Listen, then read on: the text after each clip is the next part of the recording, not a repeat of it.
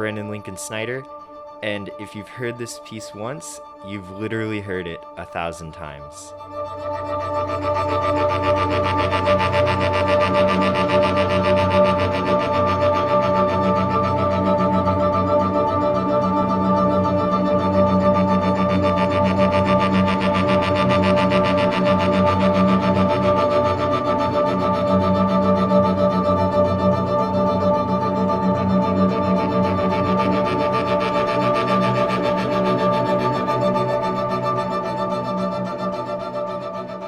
In 1976, Steve Reich wrote this piece here, Music for 18 Musicians.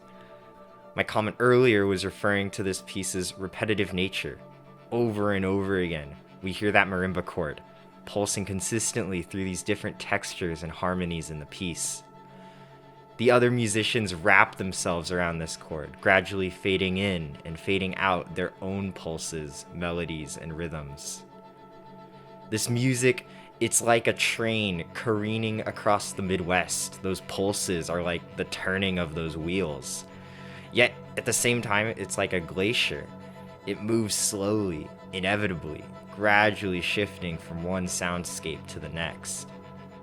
Music for 18 Musicians has this interesting quality of feeling complex and ephemeral, while at the same time also feeling upfront and straightforward. The title, Music for 18 Musicians, is really more like a subtitle. We're not given that typical descriptive word that would indicate to us what we're listening to as being like some sort of metaphor for nature or war or unrequited love. No, we don't get that. It's just music for 18 musicians pulsing with and against each other for 55 minutes.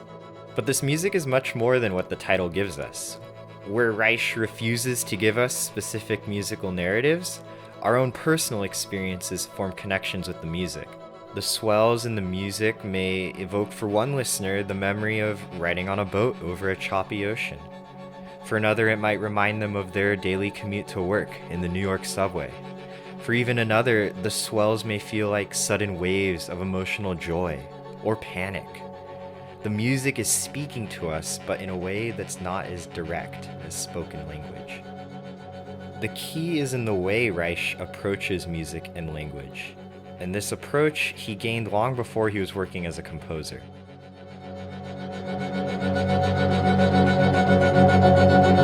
And at the age of 14, I had a friend who said, "Come on, I want you to hear some stuff." And he played me the Rite of Spring. And I looked out the window and the world was different. I just couldn't believe that such a thing existed. And a couple of weeks Before composition, Reich actually got his college degree in philosophy from Cornell University. His interest in philosophy revolved around a single thinker, Ludwig Wittgenstein. A dog cannot lie.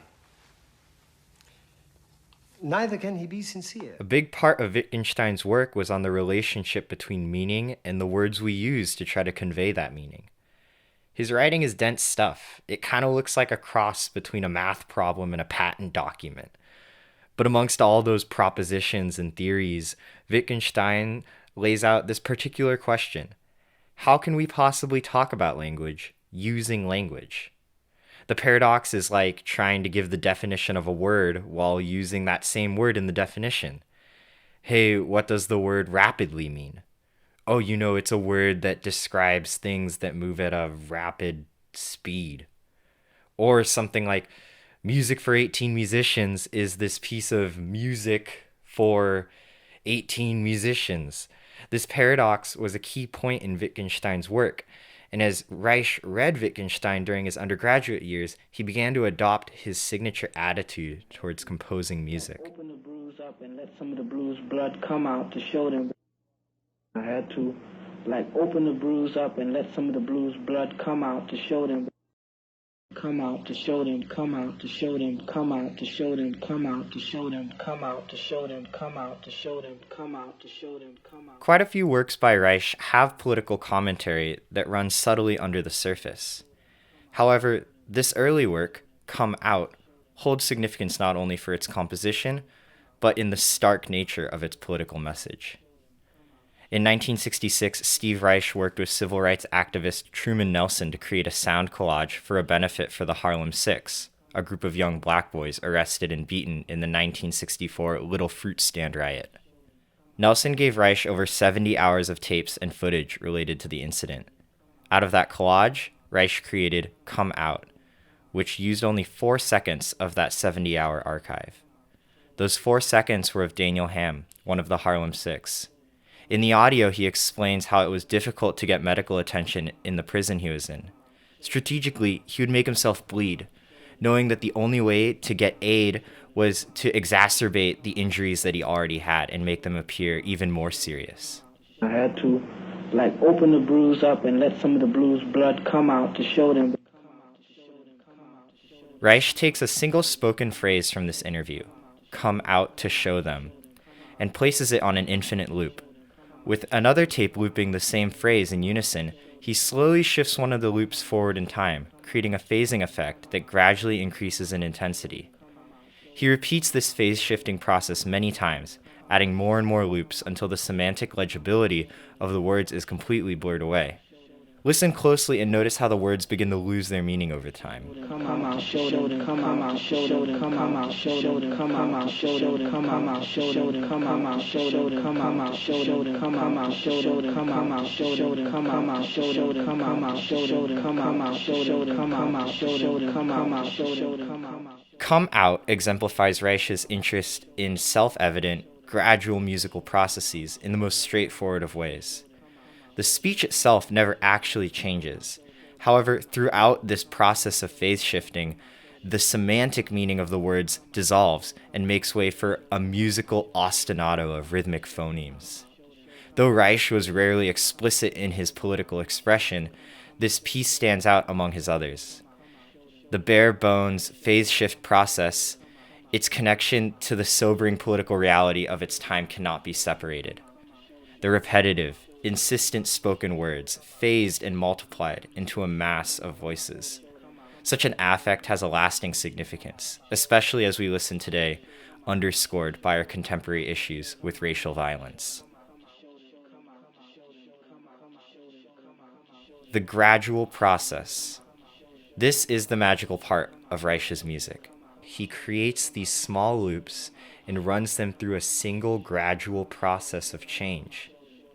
Just as the repeated words of Daniel Hamm take on a new meaning, that marimba chord in Music for 18 Musicians transforms over time. Though the pitch and tempo remain the same, that marimba is something entirely different at the end of those 60 minutes. Music for 18 Musicians, which came 10 years after Come Out, is essentially the same piece, but with different materials. Both works begin with a small seed of music, which iterate over and over again until it undergoes this long-form transformation that we, the listeners, experience in real time. Reich intends for us to follow along with him in his compositional processes, for us to hear them in real time, them happening in the music. It is that journey in which the listener is able to make their own personal discoveries rather than searching for any hidden meanings that the composer might have inserted. In his most well-known essay, Music as a Gradual Process, Steve Reich writes, "The use of hidden structural devices in music never appealed to me. Even when all the cards are on the table and everyone hears what is gradually happening in a musical process, there are still enough mysteries to satisfy us all."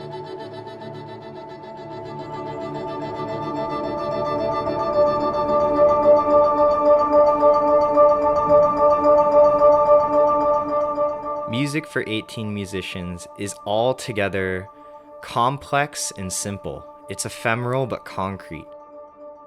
For a listener, the experience is deeply personal, and it will be what it needs to be for the listener in that moment. When Reich says that there are still enough mysteries to satisfy us all, it's that he knows that there's mysteries that are laid in the relationship between the music and the listener, and not just the music itself that Reich composes.